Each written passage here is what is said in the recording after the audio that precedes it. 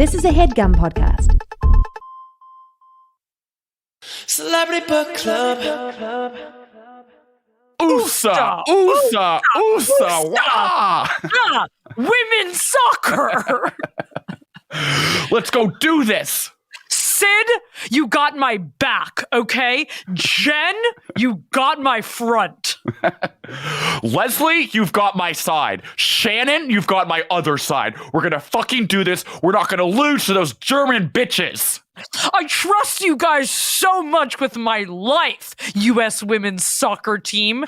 U.S. women's national soccer team, you guys are my family. I fucking love you, and I don't know what the fuck I'm saying. I just fucking talk when I get nervous, but I'm nervous because I fucking love you. I fucking love you guys. Let's do this. Let's get this World Cup. USA! Who's that knocking at the door? It's all your friends, you filthy whore. Your husband's gone and we've got books and a bottle of wine to kill. It's Hollywood. It's books. It's gossip. I'm shook. It's memoirs. It's martinis. It's Studio 54. It's Celebrity Book Club. Come read it while it's hot. Celebrity Book Club. Tell your secrets, we won't talk. Celebrity Book Club. No boys are allowed. Celebrity Book Club. Say it loud and proud. Celebrity Book Club. Buzz me in, I brought the Cuervo. Hey, best friend. Oh, things got awkward. Is there a laggy? Sorry, wait. I thought you were talking slow. Okay. I was getting, your thing got clipped. Okay. All right, let's just move through this. Yeah, and, okay. Yeah.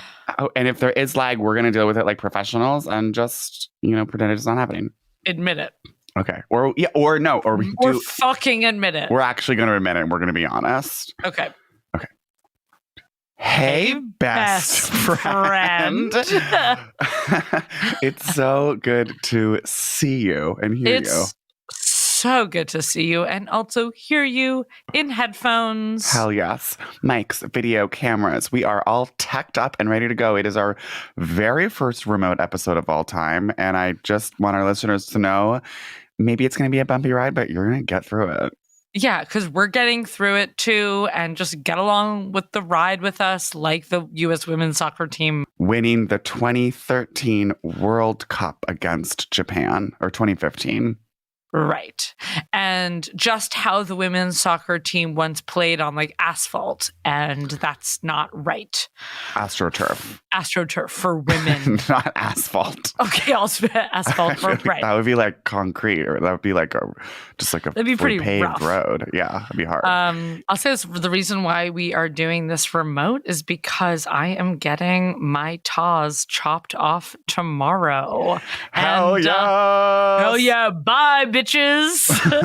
Don't let the door hit you on the way out. So we had to do the most lesbian book of all time in honor of the gals going. The top surgery. We read a book by someone who I definitely assume is a top. Yeah, absolutely. U.S. national women's soccer team champion, World Cup champion, Olympic gold medalist, lesbian spokeswoman, Hillary Clinton spokeswoman. Current wife of faith-based best-selling author Glennon Doyle. We gelled Nike correspondent. We are talking about none other than Abby Wambach. USA. And her book, Forward. Memoir. I'm assuming, she named it Forward because... Right, that's her position. That's her soccer position. On the field. Did you play soccer? I played soccer for about one season. I hate it because, I hate running. Yeah. I will say soccer is like 99% running. It's insane. Back and forth. It's obscene. As you know, I've spent a lot of time in Europe and you end up watching a lot of soccer games. And wait, sorry, did you just say you spend a lot of time in Europe? No, and if that's so freaking cool, Stephen. I never knew that about you. It actually is really cool, and it actually, contrary to popular belief, it is a personality. But yeah, you see them running around. You're just like, girl, you're running for an hour and a half. It's insane. This is so weird of me as a child. I once skipped soccer practice, but went to the same park where my soccer team practiced and played basketball with my babysitter. That's so fucking badass. Yeah, and they were like, "What the fuck, Lily?" And I was like, "Sorry, fucking soccer sucks. B-ball rules, man. Nothing but net." And you were in your big Daffy Duck mesh shorts. Yes. In your Huge, big Taz tee. funky Taz tee Reeboks, the 90s. We all miss it. And you were like, yeah, I bet your babysitter doesn't play sports with you. Losers. What? Loser. Did you play intramural? Randomly, I want to say I played like 8 years of soccer or something. It was like, because kids are forced to play soccer in America, but especially in the Northeast.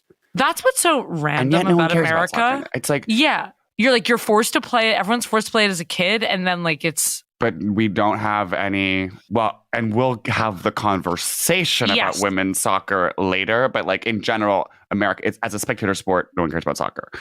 And it's just like, and yet we all played it, so shouldn't we care? But I guess it's like, it's almost beaten out of us because it's so random. And you're just like, this sucks. I'm running around and eating orange slices like Yes. every fucking Saturday or whatever. A memory that I have. We'll play it later. Can I just really say stupid that story. on the cover of this book, someone describes it as like the best sports memoir since Open, which was our first episode. And I want to say it's so not as good as Open. It's like really nothing like Agassiz this Open. book reminds me of all the children's sports biographies I would get from the library as a kid, where I'm like, I'm going to get in my Taz tea. I'm like, well, I'm going to get out Ken Griffey Jr.'s like sports biography. And it was like so glossy in 5 pages. No, it's really giving that Time magazine for kids that we had to read in 4th grade, where it was like, learn about current events. And this just like 6-page little magazine. And every article is 3 sentences. Props to Abby. She wrote a book. I certainly haven't. But, absolutely. No, I haven't written 165 pages or whatever this book is. Considering how fucking hungover I am, I'm really glad that this was, I would say, maybe the easiest book that we've read. Yeah, we have. It was also the most fucking lesbian book we've ever read. The most iconically lesbian book ever. I was just, okay, I wrote down, just even the names. Like, Forward. When she's like listing, like the other, just like teammates, women on her soccer team, just like Sid, Kate, Kara, Angela, Heather, Leslie, Shannon. Also, Shannon Box with 2 X's. I'm just like, that's a drag queen's name. That's also such an Australian ANTM name. So awesome. Shannon Box. Shannon Box. The reviews, afterellen.com, required reading. This is also this book is so her, like, to me. So like, her. like, the whole book is her just being like, I actually am a woman. You're like, we know. Yeah, it's like, and on the cover, like, you can tell, like, she's in, like, the most futch, like, light eyeliner. Yeah. That's, like, why, babe? Well, it's photo shoot fudge, where you do a little bit of gel, a little bit of concealer. Right, the type of lesbian. A little bit of eyeliner. That's like, well, of course I'm going to put on a little bit of eyeliner in a photo shoot. I'm going to a formal event. when I met President Barack Obama, which was absolutely the highlight of my career, yes, I put on a tiny bit of eyeliner. And she's like, it was a crazy moment. The first Black president meeting a butch lesbian.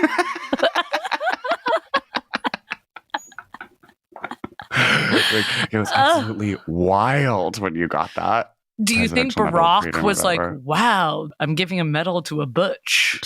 A massive butch. Yeah, I really can't imagine that he was that phased. No, I think he was just like, yeah, it's like a. I mean, he like works in politics and he works with like lesbians all the time. Right. I think it was more He's always having a meeting with like 17 nonprofit heads who are all named Leslie.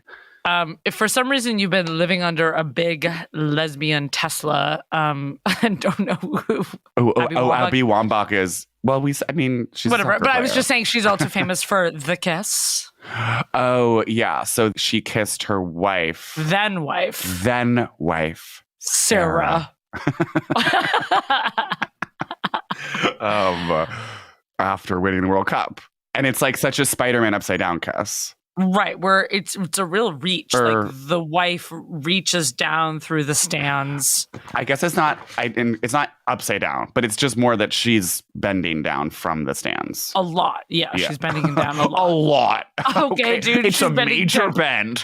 Okay, and I'm doing something super this book, because this book is also like kind of an addiction memoir. I'm cracking one of my last 0.0 alcohol percentage athletic brewing upside down golden ale.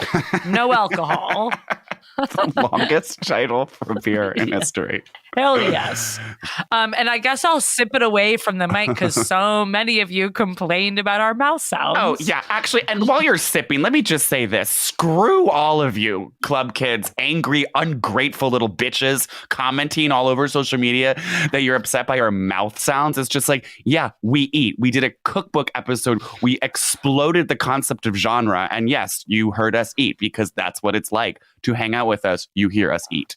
Yeah, I guess you won't be going to our after party at Wahlburgers in a few months. Yeah, no, everyone who commented, you're blacklisted from Wahlburgers. Okay, so to start off... Now that housekeeping is aside... Yeah, no, okay. Any other housekeeping? The lamp in my new home setup is being like super horror movie. It's being... Spirit is present. Spirit is absolutely present. That was the fans coming through. Yeah, just being like, oh my God, I'm so sorry. So Abby is from upstate New York, which is just a lesbian place to be from.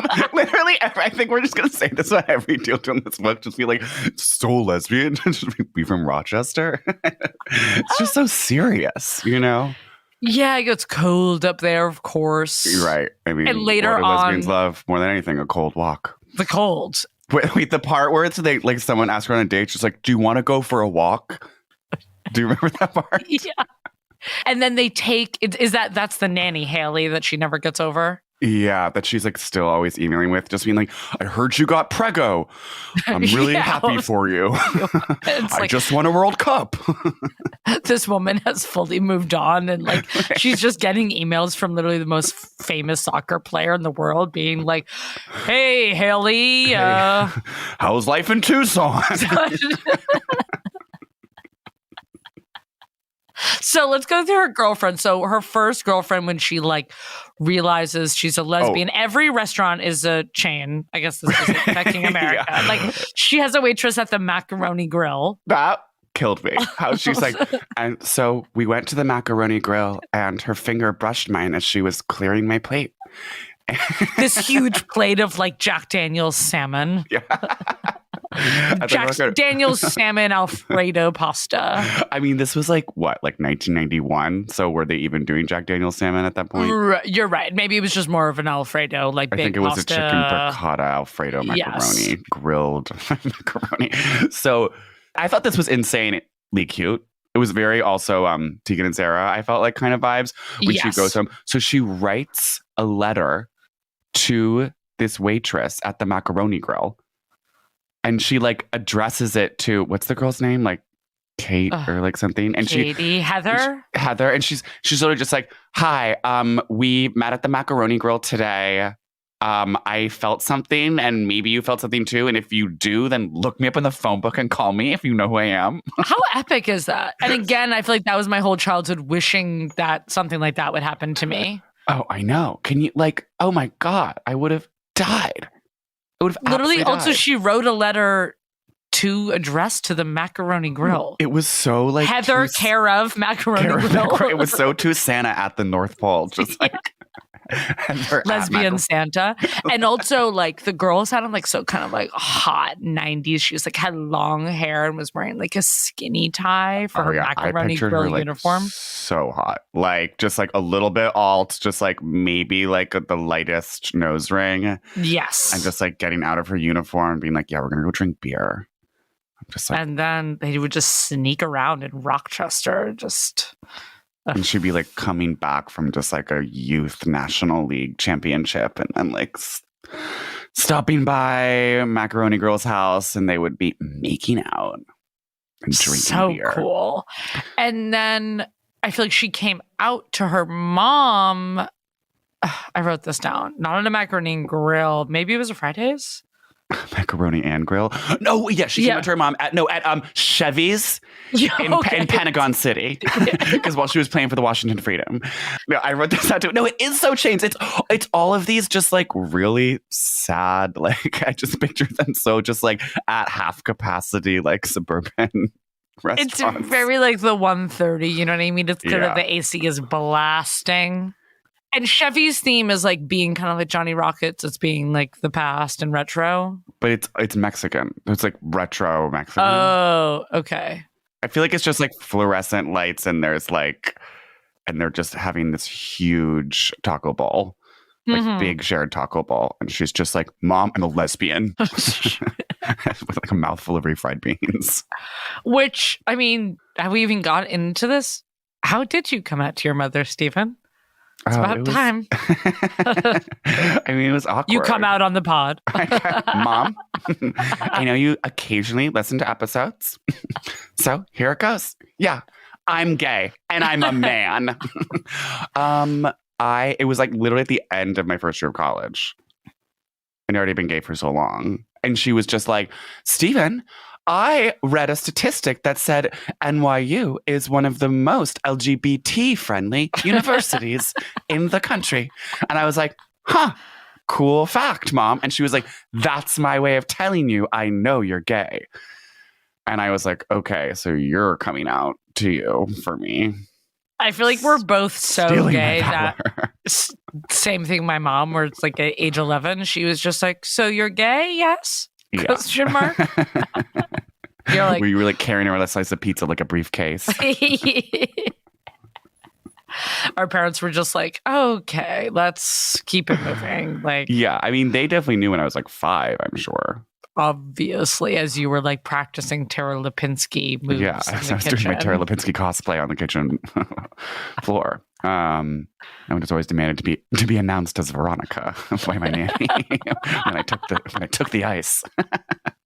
Because that was your like, I'm not Tara. Like, I'm someone different. I am Veronica. I'm Veronica. Je suis Veronica. Well, that was just like, I was like in my mind, I was like, that's the hottest name a girl can have. Like, is there any like sluttier, sexier name than Veronica? I honestly can't think of. I think of Veronica as like someone Tiffany Amber Thiessen would play in a show on Fox. Yeah, such as 90210. Okay, I'm like, Tiffany Thiessen on a show. And she's wearing kind of a vest. Yeah. Or a tank of sorts. Anyway, Veronica's again, the 90s. It's a totally sexy name. Okay, so yeah, so it's all about chains, macaroni grill to Chevy's. And okay, just some other completely insane lesbian things she did. Maybe I'll read this passage when she takes a solo vacation throughout Arizona. Well, was it supposed to be solo? Because she like broke up with like Nikki right before, whatever, or maybe broke up with Haley right before. Haley, wait, let's talk about Haley for a second. So she breaks up with Macaroni Grill Girl because like long distance is like. Then she goes to Florida. Gators, go Gators! That seems like fun merch. Gator to be merch. A Gator. Yeah. Gainesville girls unite. Like a slutty Gainesville girl and like a tank and like an orange and blue and the hat. eyes of the gator like are on your tits, just like Kita style. Like Kita style. So then she starts dating Nikki at college. And Nikki's bi. I mean, the name Nikki with 2 Ks is the most bi name. The most bi, yeah.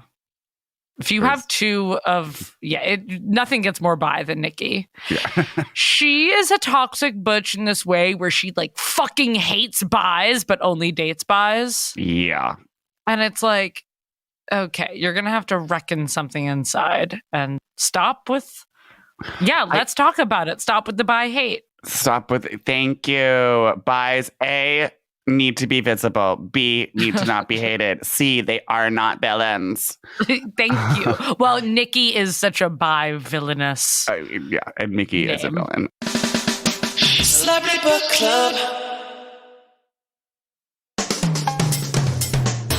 I mean, one thing about this book is just like her lack of eye for detail about like anything. It's just like she doesn't actually really describe like anything. Which It's seems like, very athlete to me. yeah. I mean, athletes are not Logic known brain. for being like, genius poets. But The genius. But even though like she's so corny in this athlete way where she's just like always reading Eckhart Tolle, and like Sid, her teammate, is like reading her like a poem in the middle of the night at a Hilton. Like, yeah, she's definitely super corny. I mean, Eckhart Tolle sounded like it really helped her through that tough time when she was like injured or whatever. true. And But like, she's couldn't never, play it's the weird because Asian she games. references like a time of how like chatty she is while everyone is like practicing and doing their suicides. And she's like, yeah, so if everyone's tired and no one's feeling like talking, I'll run around and be like, how many times does everyone have sex a week?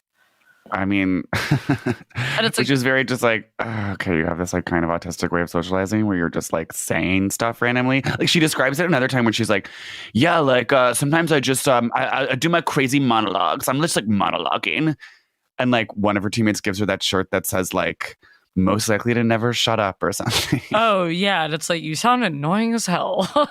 Yeah, But I guess I'm like, okay, so if you're asking everyone on your team how often they have sex, but it's like she's not doing sex scenes in this book. she's not doing sex in the book. She's not really describing like, I don't know, like any kind of like, there's no real like poignant moments, any little vignettes, any like, there's not really very many even like scenes really in the book where it's like you actually describe in detail what's happening and like how someone felt at that time and like what's being said. It's very just like, and then this happened and then this happened and then this happened and then this happened. It's very just like, it's serving She's like the Grant of lesbians. kind of. I don't know. But he's like, I mean, he's going into tons of detail though. Like she's just more of like Wikipedia. It's pretty like overview boots. Yes, it is Wikipedia vibes. I also think she thinks she is being poetic, maybe about Yeah. like, I grabbed my pills, my Vicodin, and I charged my Tesla, and I just started driving. Which is a quote from one of her breakups from her wife later on. But yeah, it is right. Descriptive Wikipedia. I feel like she is seeing it as this movie. Yeah. I mean, when she and Sarah start dating and she who's her teammate, and they're fucking dogs for life, and she like starts seeing Sarah and like Sarah is injured or whatever, and like she like comforts her by bringing her like a like swag pack like that has like the Eckhart Tolle book in it, and then like a care package with the Eckhart Tolle book, and then like a bottle of wine, and then like pills, and then like they watch like 3 episodes of the L Word together. Yeah, that And, sounded like, fun. That does sound fun. And she's like in recovery for like weeks, and then Sarah was like, "Will you be my girlfriend?" Which was kind of random. So I was like, "Wow, you guys haven't even like kissed yet." Yeah, but they've spent so much time. Yeah, well, that part I was confused because I was like, are you just not mentioning the first kiss? But it's like, I mean, maybe she's just not mentioning it because she's just, as we're saying, like, yeah, she's just not a big describer. Like this was another thing where the quote from Adam Grant, who is a Wharton professor, that's the cover blurb on the book. It's like this random So professor random. where he says it's the best book since Agassi, where I'm just like, Agassi actually described tennis in a way where it's like, you kind of like, he added something to my understanding of tennis. Like, for all the soccer in this book, she never really describes like what the vibe of soccer is like at all. All she ever says, she just like, she'll say like, and then they made this goal, and then I missed that shot, and then like I made that shot, and then I headbutted, and then I tripped, and then like someone else made a shot, and then, but there's no kind of like, you don't get any like emotional sense of just like what it's like to like be on a soccer team and like why soccer is a different sport than other sports, and just like how taxing it is like on an individual like versus a team, and like what the dynamic is like. There's none of that. I'm snapping. It's like, exactly. It's like she's been through so much and like did have so many injuries, and she didn't kind of bring me there in that kind of Friday Night Lights energy where you like don't care about the sport, but like I'm thrilled that's like, okay. And then it's like, I would absolutely rather watch a game than hear her describe like passing to Sydney and then passing to Sarah. Yeah. And then she's like, there is this part where she breaks her that L Word Eckhart Tolle part where she breaks her leg, Her tib and her fib. the tib and the fib, and it is really dramatic. But I'm like, I feel like we could have had this be a little bit more poetic. Yeah. that's also the only moment when this ex, Haley, her like the big girlfriend, the girl that like got away, is a nanny or was a nanny of a former teammate from her early soccer career. That's and this is who Haley is? Yeah. The emails? Yeah, the emails. And that's the only one that she kind of really describes. And she talks about Haley grazing her nails against her. And that's when she knew she was a lesbian. Because she was like, oh, like, how could I tell, like, if she is bi or not? Which also I relate with. when you're like with a chick and you're like, is this bitch bi or what? And then she grazes her nails, her pointy little manicured nails along your skin, along your rough hide. And you're just like, oh, okay, yeah. Yeah, it's fucking on. It's fucking on. So then that Haley asks, Haley comes on to her and asks for the walk. But so blah, blah, blah. They date. And then like Abby has to join another team. And so they make a pact to spend a year apart, and if they miss each other, they'll meet at the Grand Canyon. And so I want to read a passage here where Abby just can't fucking wait. So they've just made this pact. I feel an odd flicker of unease, a sudden, persistent sense that something's gone wrong. Panicked, I stop at a gas station, load up on cigarettes, tobacco, coffee, and energy drinks, and drive 32 hours straight, taking a slight detour to Haley's house in Phoenix, where she now attends school. I wonder, sidebar, what school? Oh, she's like becoming a teacher. Okay. I can't help but break our newly enacted pact. We decided to take some time apart and meet next year in the Grand Canyon if we missed each other. By the time I arrive, it's sunrise, and I press her buzzer, holding my finger down until she appears at the door. I'm wild-eyed and delirious and soaked and crazy, but I don't care. I need to see her expression in order to know the truth. I ask her to tell it to me straight and honest as we've always been. Taking my hand, she leads me to the driveway, where we sit on the trunk of her car. She tilts her face toward mine and confesses that she slept with someone else. Who? I ask, my voice sounding small and far away. You don't know him, she says. Him. Period. Next on my list is Sedona. And then she sees some awesome polar vortexes. Great walks, great hikes, really good scenery. I mean, that is also the holding your finger on the buzzer is so toxic, Butch. Yeah, just buzz. Just holding it down until, okay, your light just went out. Spooky. Okay, it's actually giving me the creeps. Stop haunting me. I'm trying to pod. The U.S. women's soccer team is like pissed at this pod so already. Pissed. We're talking shit about their hero, their leader. We try to go to a game. They scan our tickets. They're like, "You're not welcome. No. You can't. Please come to this, turn around." This very underattended Western New York Flash game. And then, yeah, to add to that, then like blah blah blah. Her and her wife Sarah are like both on like the Buffalo Flash together. Yeah. Oh god, it sounds so boring when they're both playing in the Buffalo Flash and it's just like so cold. I mean, that's why Sarah's like, I really feel a little bit for Sarah, the wife who. The long-suffering wife, yeah. The long-suffering wife who was with her through her addiction and had to live in Buffalo. So Sarah like quits the Buffalo Flash and is like, I hate Buffalo. And they're like, I guess I was getting bored during that part where she was like, because we like they bought their house in Portland and she's describing the house with the stone patio. And then she's like, and I'm going to make this beautiful house my palace for me and Sarah and our dogs, our 3 smelly dogs and our future kids. And I can't wait to get back to Portland and make house with my wife. But first I have to travel the world and go to national championships in Beijing and Germany. We have to defeat the Italians like in Japan. We have have to go to training at Hermosa Beach, but I miss Portland. And I was kind of during this whole time, I was like, wait, so where's Sarah? She's in Buffalo. She's not in Buffalo. Yeah, and then she like gets a job at Nike.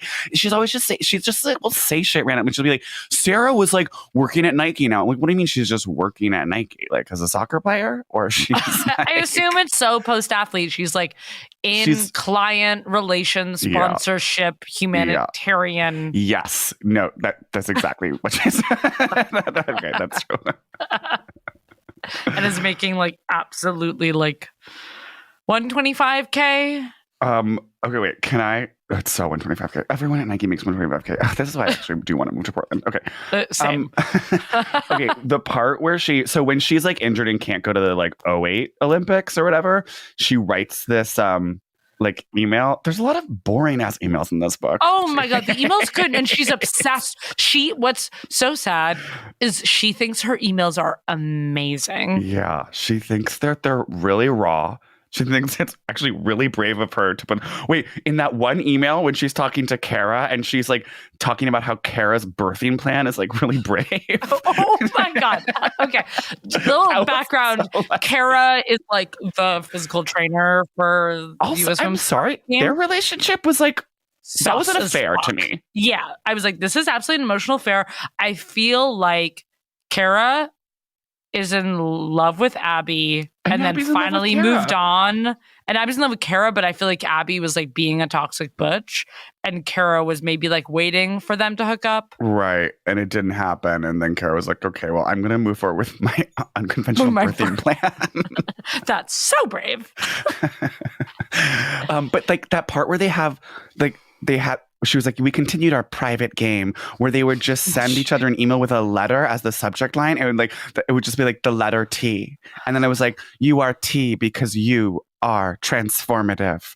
And it was just like, boring. It was like so weird and like just like, I don't know. That was also their way of trying to say something nice about a teacher kind of thing. Just like, okay, what is this assignment? Like, but then it was also so weirdly intimate.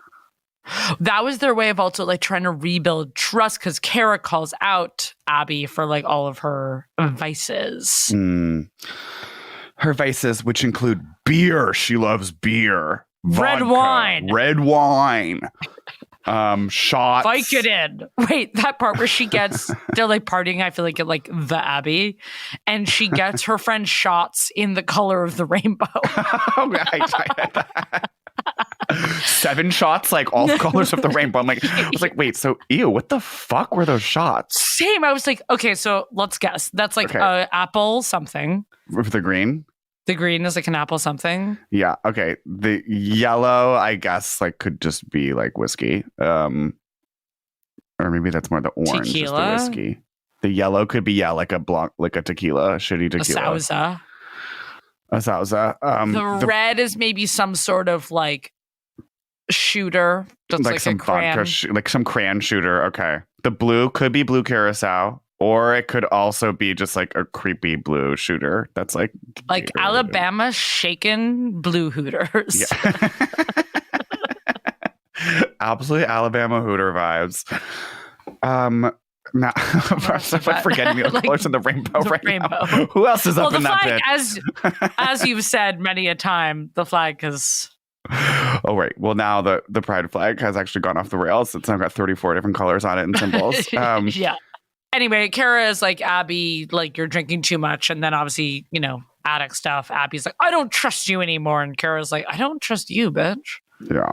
So they start writing these emails together. Also, like, Abby is like foreshadowing of like how she has a problem in the book. Like this line when she's talking about the reno of her Portland house, she's like, I install a wine refrigerator beverage center actually in the hallway to the kitchen instead of the actual kitchen. So I won't have to travel that far to get a drink. And then you're like, okay, so we see the alcohol is going to become a problem. Totally. Wine fridge to the side. Yeah. And she's not like sober by the end of the book, right? She is. She is sober. She's fully sober? So. Or is she more just like, I'm Because she does go to that drug treatment program after she gets the DUI, which sounded like I feel like that was such a TV show, the way she described it, where it was very just like, there's a young guy who got in a car accident, like smoking pot. There's like an old grandma, like, who's addicted to pills. Like, there's a jazz musician. Like, I was just like, this is such a Paramount Plus show. Called just like 22 Days. Yeah. She walks in, she's like, my name is Abby. You may know me as a star soccer player. I'm just Abby. but here I'm just Abby. When she's like going out in West Hollywood so much and getting so wasted that like her friends need to call her Mary so people don't like clock that she's Abby Wambach, and then she gets like bad press for it, and then she's like going up to bouncers being like, do you know who I am? Do you know who I am? And then like the friend like Heather or whatever has to be just like, Mary, we need to go. Mary, you need to reel it in. It's like, if they know who the 6 foot tall Butch is, like they're gonna know. Yeah. And I'm just like, well, yeah, I mean, I guess like obviously like at a lesbian club, like everyone knows who Abby Wambach is. Right. They're not going to be like, oh, I thought that was Abby Wambach, but actually, no, it's a different identical. But then it's also, they're just like at a non-lesbian club. I'm just like, they're probably not going to know who Abby Wambach is. In like San Diego. In San Diego, this bouncer like does not know who you are. It's just like, get this drunk Butch out of my face. At that time, she gets like caught by TMZ, and it's like a real shame for her, but it sounds so, I mean, I guess she's obviously so proud of that. Yeah, because the way she describes it is like, it's like, you didn't need to mention this. She's like, it's after she wins some big thing and she's like getting pizza and beer. Well, that was like the height of her fame. So I feel like she did need to mention that. She was just like, actually, I'm really famous. I was on TMZ and they were freaking out about me. I do love how she's always describing herself as a massive beast. Like, she's constantly making reference to just like, because of my formidable size, because of my huge body, I was able to push my weight around and bury the other girls. Like, I saw my beastly shape in the mirror. I knew I could do this. Like, no, I'm like, props. Like, you're a beast. Yeah, it's fucking huge. Beast up. Beast all the way on. Okay, wait. Can I read this passage? Please. When she's describing what she likes about all of her teammates. Oh my God. Please. Most lesbian thing on earth. I tell Nicole Barnhart that while we all might mercilessly mock her compression socks, she's clearly the toughest chick on the team. I tell Heather Mitts what I've been thinking. Heather Mitts. What I've been thinking since our days in college. She has the best legs I've ever seen, and that she's the most consistent player. Plus, she never lets me beat her during drills, and fuck does that piss me off.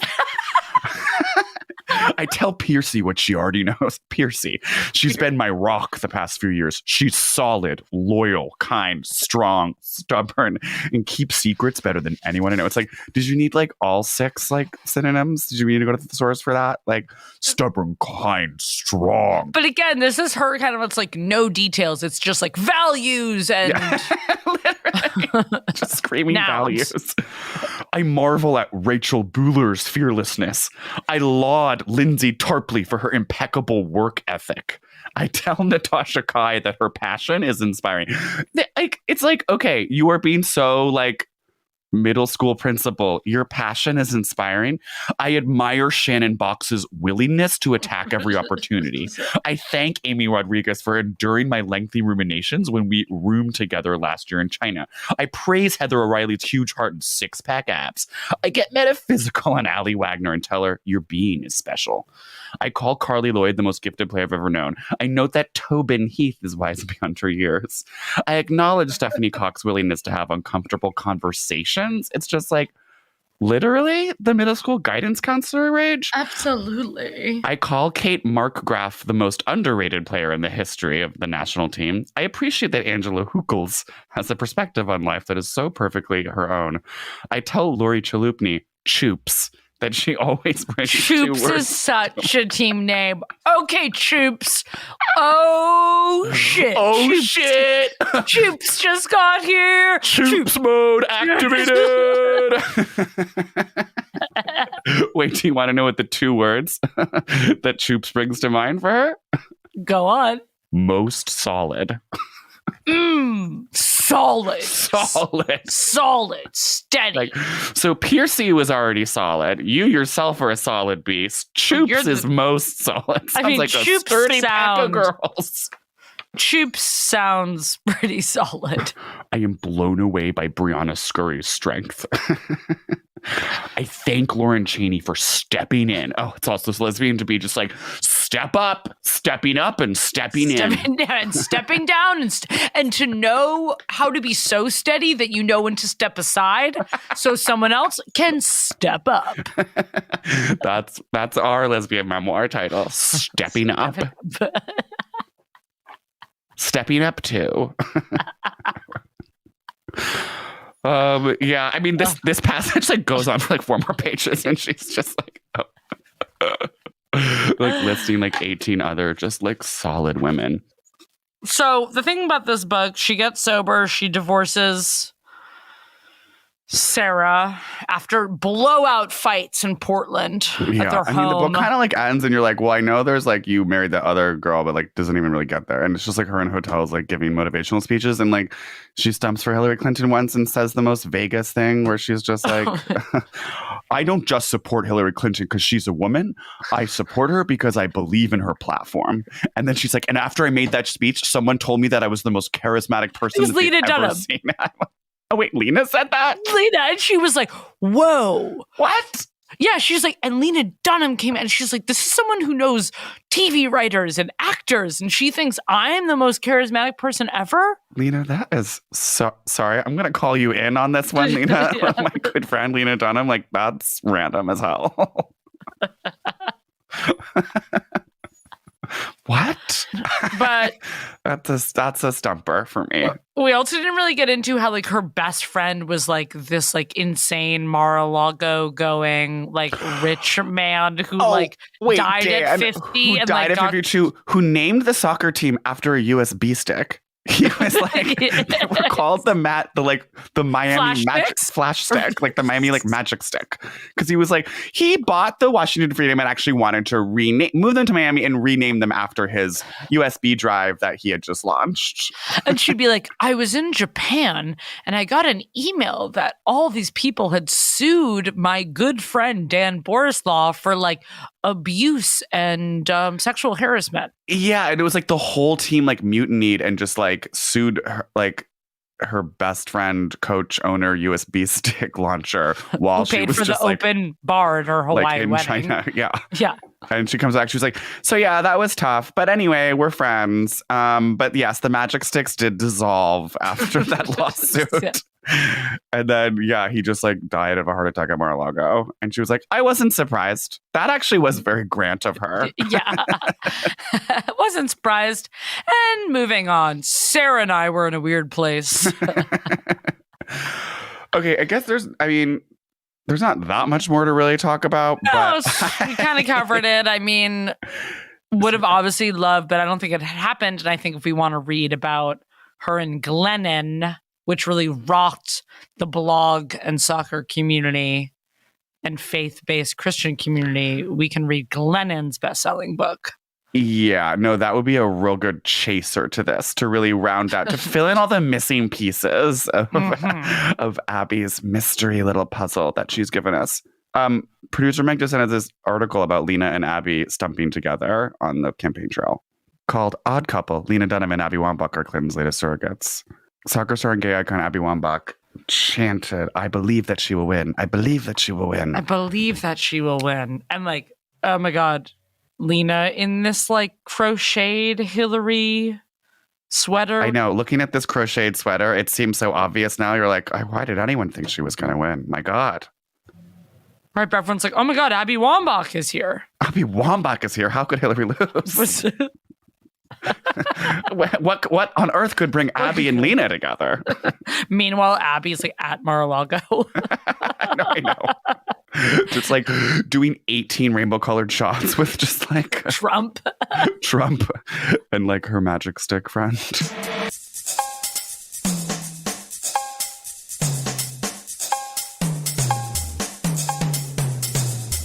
Strong, sturdy, solid segments.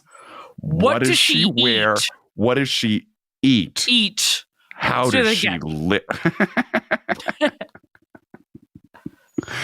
What does What does she she wear? What What does does she she eat? How does she live? Okay.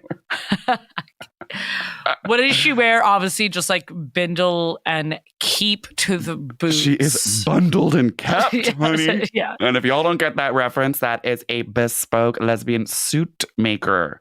Wait. Hold on.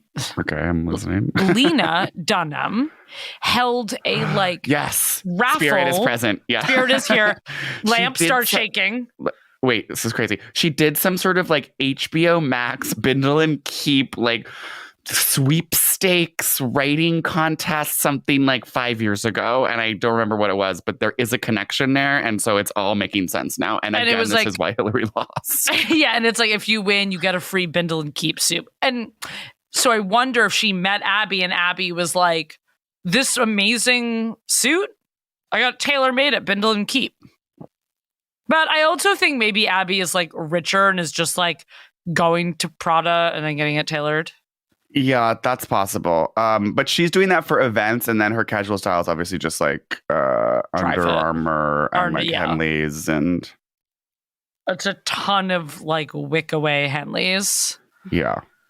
Abby is mostly in like, I feel like a black suit, a blue suit. She's not so like white suit. Oh no, she did wear a white suit at her wedding in Hawaii. That White Lotus wedding that she had. Yeah. Honestly, I wanted to go. So, I mean, that wedding was also so like her always being in chain restaurants because it was like she booked an amazing resort. I was really proud of Sarah for booking the villas on Kauai. she found out about the villas doing some online research, and I thought it was a really good choice. Oh, her proposal is. What was the proposal again? Oh, this was just so. I mean, I remember her talking more about like Haley's proposal and how like Haley got proposed on top of Mount McKinley or whatever. Okay, it's Sarah, not Haley. Because right, Haley got proposed to and she was like so devastated. No, Yeah. Abby proposed to one, again, toxic Butch, was like, I'm old school and I do not propose to without asking parents' permission. Mm-hmm, mm-hmm. Hell yes. And like the parents almost seem so sketched out by her being like so deeply lesbian about it. Like they're like washing dishes and she like just goes, hey guys, I have something to tell you about my relationship to your daughter. And they're like, okay, simmer. She's like, I want to marry her. They're like, sure. All right, go for it. Go for it. But she proposed in Denver on a hike. Oh, yeah. Very traditional. And was like, we drank a lot of wine, but not enough wine that we couldn't rally for the hike tomorrow. Babe, want to make sure you can rally tomorrow. She has, I mean, the book is also kind of like a fitness journey book where she's always like falling off the wagon a little bit. And just like people have been like, Abby, you're really letting yourself go. You've had just like 18 cases of beer in the past 2 days. And just like, now it is very Agassi in that way where she like does love junk food and just energy drinks and like so much like Budweiser. And then she'll just like stop and go into beast mode. Yeah, I mean, at least Agassi was like going to Campanelle's and just like having like so much pasta and like 5 Boots wine, and she's being more just like, it sounds like she's being so Doritos and. Yeah, but when she's with Sarah food. in Portland, I do imagine they are absolutely at some like, I think she's like great food, great wine, great people. Oh, wait, she buys like a smoker. She's so like grill Butch. Oh, yeah. I mean, she's like every like just the most normal Butch trait you could possibly imagine. She's going to a Portland butchery and being like, where's this brisket from? I do think that she's asking about the provenance of it. I feel like maybe Sarah is maybe like, oh, where's it from? And she's just being like, just give me the best. I don't care where it's from. Just give me your best cut. And then No nonsense. No, Yeah. she's doing an 8-hour smoke that And like an awesome, like rare bourbon glaze. Yeah. She's like, I cook with the stuff I drink, dude. Yeah. Not gonna put fucking shitty bourbon on my $300 brisket. Yeah, so is she still having her vices? She loves to use that word. She's like, yeah, my vices. Heard of them? Beer, wine. Do you think that she's still being like so Doritos and junk food and like Twizzlers? She's definitely Like, do you sober, think but I she's- bet, yeah, she lets the sugar happen. Do you think she's like a big suburban mom snack drawer? Oh, yeah. And there's like so many like individual like to-go packs of Oreos. Especially because Glennon has like 3 rascals from her straight marriage before. Oh, okay, because now Glennon is so weird. Yeah. We don't even have time to You get don't into have how time to weird get into her freaky little new wife, her little faith-based wife. She's just really like, I don't know. She's with like the big wire frame glasses. Like she looks like she's trying to be played by Anne Hathaway in a movie about herself. She needs to calm down. And they were like posting definitely like Instagrams of themselves like in bed, and they're both in the big black framed glasses. Well, let's get into how does she live now, because I actually think I feel like her style has probably changed a lot because of Glennon. Because Glennon seems like so mommy blogger and like big, huge, like puffy white couch and just like Live, laugh, love. I know it's hard because and like white on white carpets, and I'm like, because when she's describing the Portland house that she buys, she's like, it had 3 balconies and an indoor-outdoor space. It had a gorgeous stone patio, like the wine fridge. So I feel like that was actually being kind of like Pacific Northwest, like, you know, stone and you know, that kind of, that really warm wood that like, I don't know if it's cedar, it's redwood or whatever. It's almost got a red stain to it. Absolutely redwood vibes. It's dark but warm, not like too dark, but like and like I could see like the kitchen island is white, but maybe it has like a green marble surface. Like I could like green tile, maybe. I feel like it's her with her house with Glennon. I feel like is like touches of like very newly made quote unquote mid-century style pieces that are like, but then along with big Christian pieces. Yeah, I mean it's pretty Christian Christian pretty Instagram. No, I mean you're describing all that mid-century, you know, furniture with the little legs that point out like that. That's just like every hutch that you can get, like from whatever. I think like, their bed is kind of low though. Honestly, all modern. Oh no! See, I'm picturing a bed in the sky. I'm picturing. Glennon is getting in like a little gondola to get up to the bed. But don't you think that's about like also like Glennon used to be at a bed in the sky? And with her like design sober Butch. Oh, you think that's since Glenn started dating Abby Wambach, you think her bed got lower? Yes. That's not tracking at all. Okay, I bet you 5 athletic brews. This faith-based blogger starts dating like a massive, like 10-foot tall butch and is going to get a lower bed? That is no. She's going to get an even higher bed. He has to support her, that beast bod. Yeah. Okay, what about this medium bed? No, I think it's high bed. I think it's high bed, and it's like everything that's horrible at high bed. It's like high bed and box spring and big, thick mattress topper and big, so many pillows. I just think it's a little more design on that because just, I don't know, Abby is like giving me more like she's running away from that. I see what you mean. Yes, that I do think like Abby's being like, wow, that's cool. Like that is a cool low couch. I like that. I never thought about that, but I like it. Like, I see her as being a design butch in that way, but I guess I'm assuming that Glennon is really wears the pants design wise in the relationship, and then it's just like it's basically Glennon's aesthetic that is the dominant aesthetic in their marriage. Because like Abby's so like, because Abby's like the Jay Cutler now. It's like she's the retiree. Yeah. And she's just walking around to different huge. I mean, obviously it's huge couch because she's an athlete and 6 feet tall. Yeah. And I think that Glennon is the Cavalieri, and it's really about, it's kind of her time.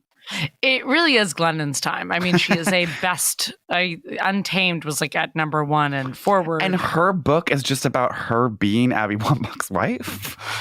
It's about her coming out and being untamed. from a Christian marriage and Okay. rocking the Christian faith blog community. Right. Okay. think. I guess so. That's her story. So she And got she was unchristian. also an addict, I think. Wow. So anyway, we have to read. I don't know. I have not read it. Okay. So what you're saying now, like signs are pointing to low bed? I'm envisioning this, design within reach, medium bed. It's not high, but it's not low. It's not this big like fancy big chestnut. And I think it's also Cavalier in this way where it's just this huge, massive walk-in closet for just all the dry fits and the bindle keeps, all the suits. Okay, I'm doing something we never do, which is I am And you're looking it up looking. because I need Okay. to know. I But I've literally just seen need this to article know. that's Abby Wambach and Glennon Doyle buy all new Hermosa Beach mansion, sell waterfront Florida home. And this home is looking high bed from the outside. I'll tell you that right I'm now. going to Glennon's Instagram. You're just looking for beds. Yeah. Okay, they have a gray couch. Yeah, I am feeling like I'm right, just that the dominant aesthetic is Glennon's here because it's really not giving PNW vibes. It's everything's Okay, all white. I'm DMing you this. Oh, this are you looking at? It's wait, I see this big like weird It's like, gray. I'm leather seeing like a couch. low Oh, it's like a credenza and like an suede. empty room. I don't know. This is a weird hotel. I am gonna have to eat shit right now, and I'm gonna have to fuck backpedal yes. because the Oh bed my in God. this photo is low. It is. Are you on dirt.com? I'm on dirt.com. Okay. My favorite website, dirt.com, looking at this photo of their waterfront Florida mansion that they sold. And yeah, the master, but then again, this could be staged. This could be staged to sell, and maybe they moved out all their furniture and just put. Wow, this you're is really just trying to staging make furniture. excuses. You're like, there's no way they can't be high bed. See, look at these like bars, weird kind of like. I don't know, but what's this guitar in the corner? Like, who plays guitar? Like, that's such a random staged object. Dirt.com is taking so long to load. Oh, no, Dirt Talk's taking a long time to load for me. I was worried about my connection. I was about to call up Time Warner or whatever. Okay, this just super hotel art, but they're trying to be a little like this. Just like this kitchen table is like 60s modern. I don't know. Yeah, something to me. Okay, this octagonal coffee table. That's oh my god, this portrait of Bob Dylan. But do you see this huge red modular couch? And then the bed is low with an Eames chair and the guitar. But like Can I kind say of something? The art is too small for this space. Like it's like really small paintings on a big wall, weirdly. these side tables in the bedroom too are like weirdly like more like country. They're like Dolly Parton-esque, which is they're, like, Glennon's weirdly vibes. distressed. That's okay. Yeah, those are being Glennon to me. Can I say it's also so Christian to have an acoustic guitar? Yes. And Abby sits on that Eames chair and watches her wife sleep. Okay, so I won. Cool. Good for you. Vindicated by dirt.com once again. My homepage. All right, I give this book. No, hello. Who are you in the book? Oh my God, who am I in the book? Good one. Oh, wait. Okay. Are you really the beginning, which is like, there's two Abbies inside of me. Intense Abby and chill Abby. Chill Abby. I'm Chill Abby. You're chill Abby. On Hermosa Beach, just being like, okay, where are we hitting up first? You're absolutely chill Abby. Being just like, I got shots for everyone. Okay, that is so badass when she's like breaks her finger when she's like wasted and falls down on the dance floor, and it's like goes so crooked, and then she like pushes it, like puts it back into position, like breaks it back, and is just like, yeah, more shots. Yes. Like, No, does she's another- fucking badass. I was like, okay, that is fucking badass. President Barack Hussein Obama was correct when he called you a badass. You are, I'll tell you you're also Chill Abby. You're also Lita Dunham nine-faced coming up to Abby at the Hillary, New Hampshire, being like, you're so charismatic. You're the most charismatic person that I've ever seen speak in my entire life. Nine-faced Dunham over here. Okay, solve that. Yeah, I don't know. I give this book 2 stern handshakes out of 5. Yeah, I give this 2 ice baths out of 5, just because, and the reason why I'm not giving it 1 is because it just is entertaining with all the lesbian road trips and like charging Teslas and like X stuff. Yeah. It's amusing to like see all this, it is like a really accurate portrayal of lesbian life and language. Yes. Lesbian life and love language. People watching the L Word, like in a carpeted room. In Hermosa Beach. In Hermosa Beach. But yeah, I mean, the lack of real, actual like grit or detail or emotion is a little boring. For sure. I agree.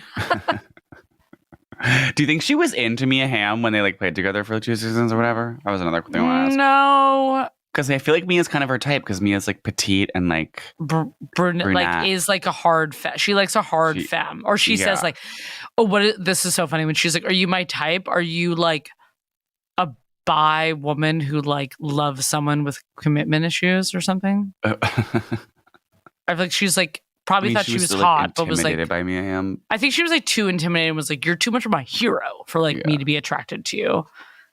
I think she kind of needs to be the star in the relationship. Yeah. Well, I guess not with Glennon, but I think earlier on. Right. And as we said, she's now in her Jay Cutler retiree phase. And yes, she's okay to let someone else take the stage. Take a step back. And be untamed. Okay, cool. Well, awesome, amazing lesbian book. Next week, we are being super random and reading a children's book because I am getting a surgery tomorrow. Hell yes. And sometimes we need to, as you lighten your load, we are going to lighten our book load. Yeah, our reading load. So we are reading, say it, Stephen? Santiago the Dreamer in Land Among the Stars by Ricky Martin. You're going to be reading La Vida Loca. Fuck, that is so good. Wow. Okay, well, that's all I want to say now. You kill me. Oh, you kill me. Okay. Best. Good teammate. Best, my teammate. Phillips out. Murata out.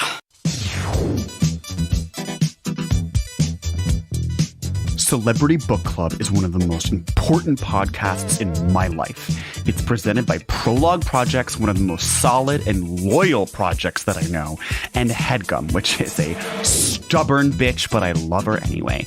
The show is produced by one of the most inspiring folks in my life, Meg Bernane, whose willingness to attack opportunities is matched only by her huge heart.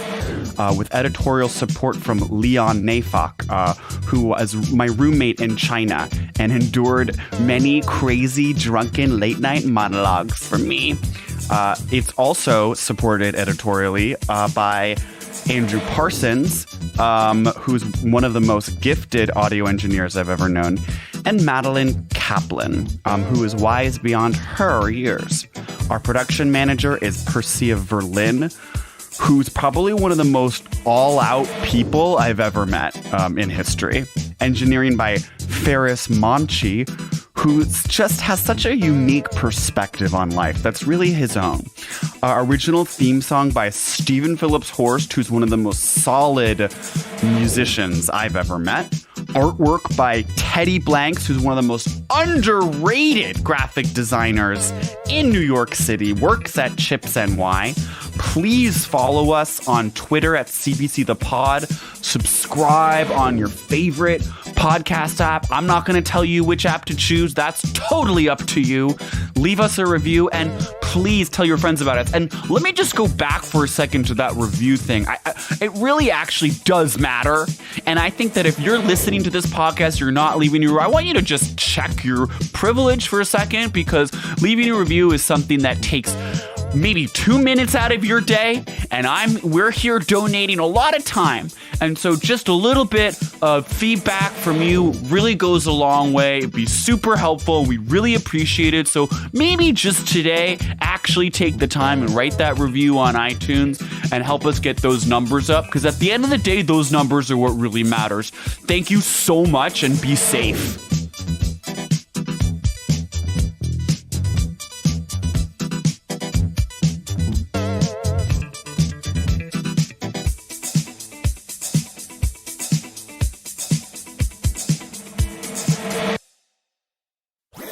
That was a HeadGum podcast.